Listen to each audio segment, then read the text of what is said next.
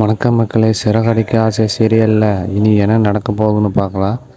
நம்ம ரோகிணியும் மனோஜும் 2 பேர் வீட்டில் இருக்க எல்லாத்துக்குமே ட்ரெஸ்ஸு வாங்கிட்டு வராங்க. அது எதுக்குன்னு பார்த்தீங்கன்னா 30 லட்சம் வந்து ஒரு ட்ரீட் வைக்கிற மாதிரி எல்லாத்துக்கும் ட்ரெஸ்ஸு வாங்கிட்டு வந்து கொடுக்குறாங்க.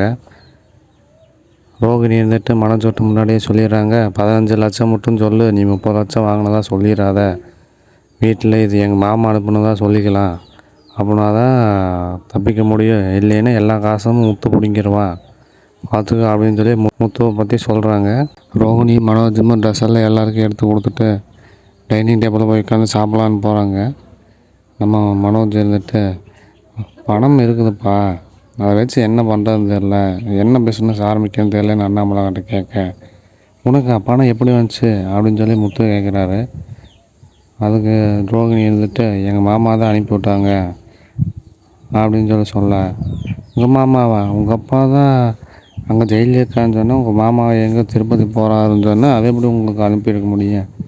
இல்லை, அதுக்கு முன்னாடி எங்கள் அப்பா கைதாகிறதுக்கு முன்னாடியே அனுப்பணும்னு சொன்னார், அனுப்பிட்டாராமா, அதுக்கப்புறம் தான் அவங்க கைது பண்ணியிருக்காங்க அப்படின்னு சொல்லி ஒரு பெட்டை தூக்கி போடுறான். நம்ம முத்துவுக்கும் அண்ணாமலைக்கும் கொஞ்சம் டவுட் வருது.